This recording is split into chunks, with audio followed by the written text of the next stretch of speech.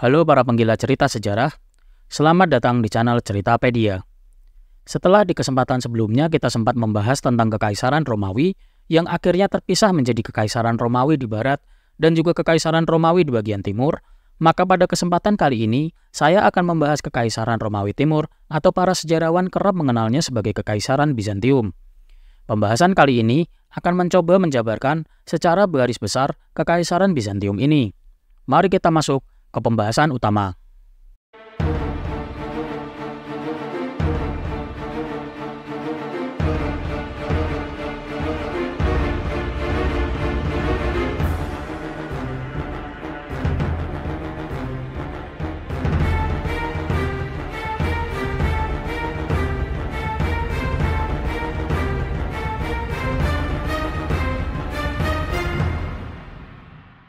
Sebelum memasuki pembahasan Kekaisaran Bizantium, alangkah baiknya kita mengenali Kekaisaran Romawi secara singkat terlebih dahulu.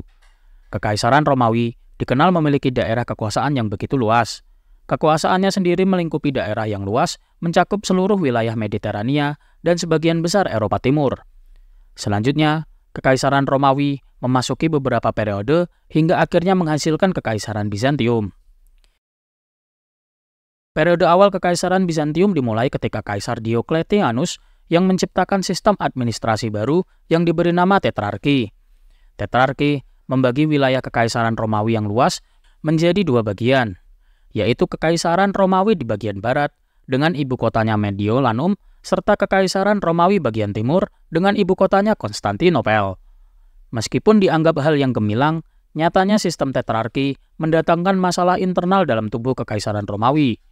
Hingga akhirnya sistem tetrarki berakhir tatkala Kaisar Diocletianus memilih pensiun dan Kaisar Konstantinus I mengambil alih kekuasaan. Konstantinus I melakukan perubahan besar dalam tubuh Kekaisaran Romawi. Periode ini dinamakan periode Konstantin dan Valentinus dinasti. Periode Konstantin ditandai dengan penunjukan kaisar berdasarkan darah keturunan dari kaisar sebelumnya. Namun periode tersebut terbukti gagal karena pada periode Kaisar Valentinus, ia kembali membagi Romawi menjadi barat dan timur. Periode tersebut dinamakan oleh periode Valentinus. Selanjutnya, pada masa Kaisar Theodosius I, menandai Kekaisaran Romawi memasuki periode Theodosius. Di periode Theodosius ini menandai Kekaisaran barat dan timur yang sudah tidak bisa disatukan kembali.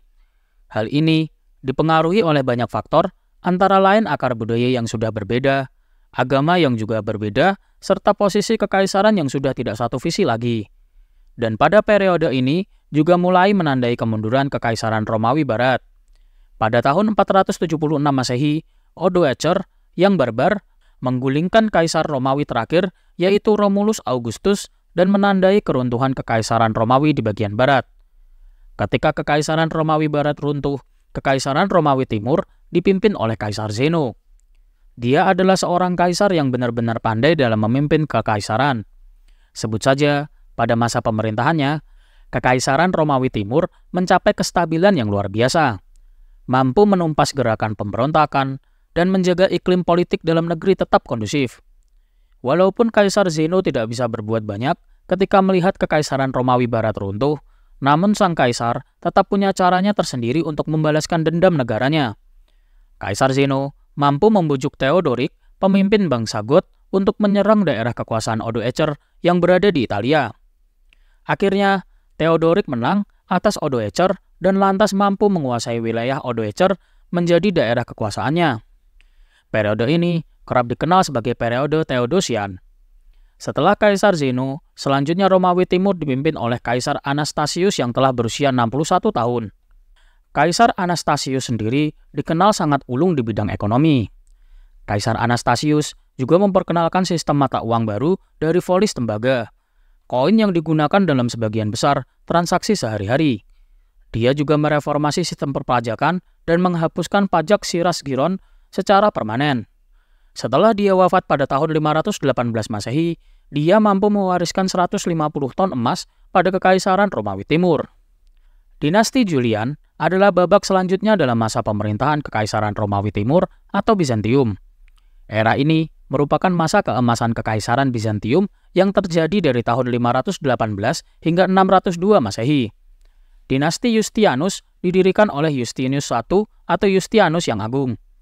Didasarkan pada peninggalan kekayaan oleh Raja Anastasius, sang Kaisar Yustianus mampu melakukan banyak sekali proyek pembangunan serta kampanye militer. Salah satu yang membuat Yustianus I terkenal adalah Corpus Juris Civilis, yaitu hukum tertulis dari zaman Romawi terdahulu. Selanjutnya, ada juga Katedral Hagia Sophia yang dibangun di zaman Kaisar Yustianus ini. Kaisar Justinus dikenal memiliki ambisi untuk menyatukan kembali wilayah-wilayah Romawi yang terpecah belah.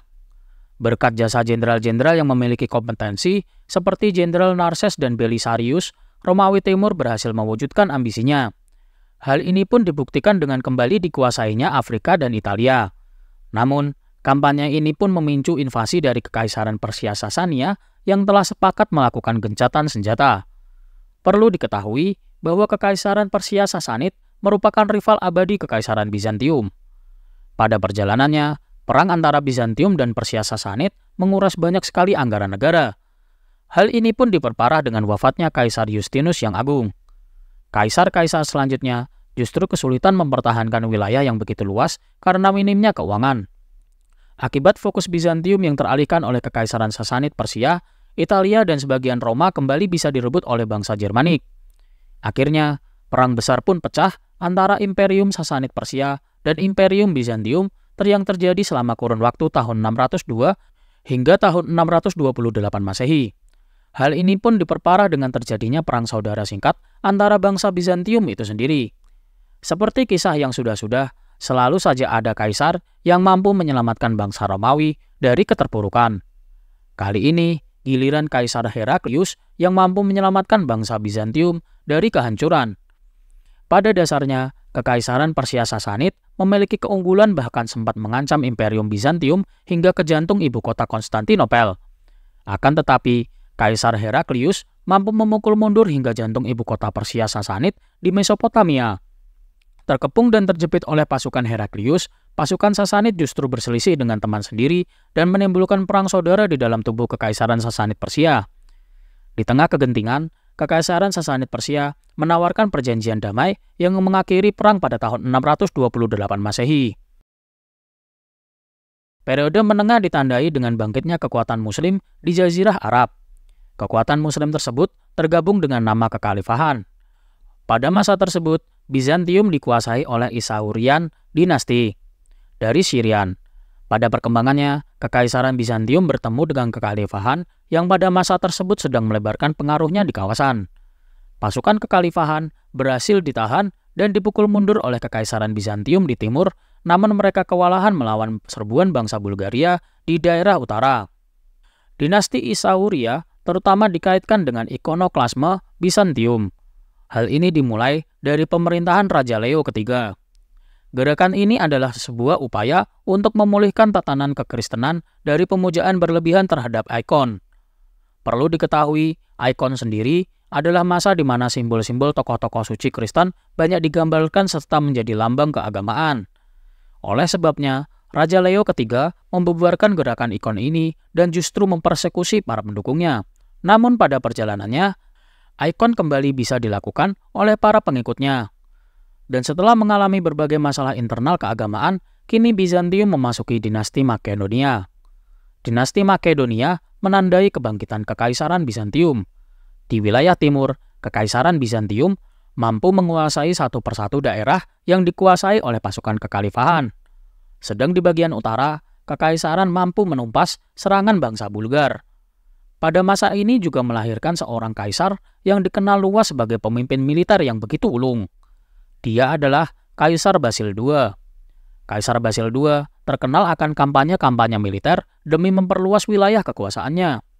Di masa dia jugalah gerakan ikon diperbolehkan kembali. Pada masa inilah penyebaran ajaran Kristen berkembang secara pesat. Sebagai contohnya adalah kristenisasi di kerajaan yang dipimpin oleh Kievan Rus atau bangsa Rus. Namun, di masa dinasti Makedonia ini juga menandai perpecahan keagamaan besar antara Romawi Barat dan Timur. Peristiwa ini bernama Skisma Kristen yang terjadi pada tahun 1504. Setelah kematian Kaisar Basil II, Bizantium mulai memasuki masa kemunduran. Hal ini dikarenakan kaisar-kaisar yang berkuasa setelahnya yang tidak begitu kompeten. Sehingga berbagai bidang di dalam tubuh internal Bizantium mengalami kemunduran yang cukup signifikan. Hal ini pun diperparah dengan dipensiunkannya para tentara profesional karena negara tidak mampu lagi membayar mereka. Karena hal tersebut, pertahanan Bizantium pun menjadi ompong dan berbahaya. Sebagai akibatnya, bangsa Normandia Selatan berhasil menguasai wilayah Bizantium bagian barat.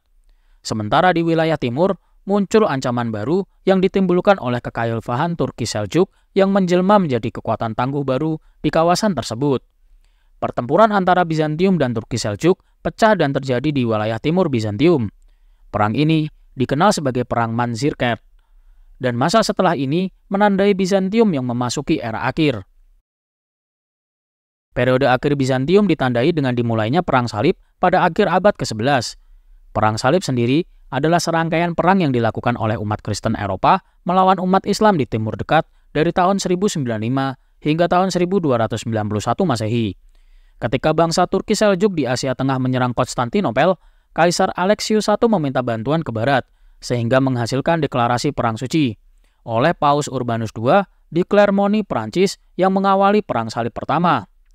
Ketika tentara dari Prancis, Jerman, dan Italia mengalir ke Bizantium, Alexius mencoba memaksa para pemimpin mereka untuk bersumpah setia kepadanya untuk menjamin bahwa tanah yang diperoleh kembali dari Turki akan dikembalikan ke kekaisarannya.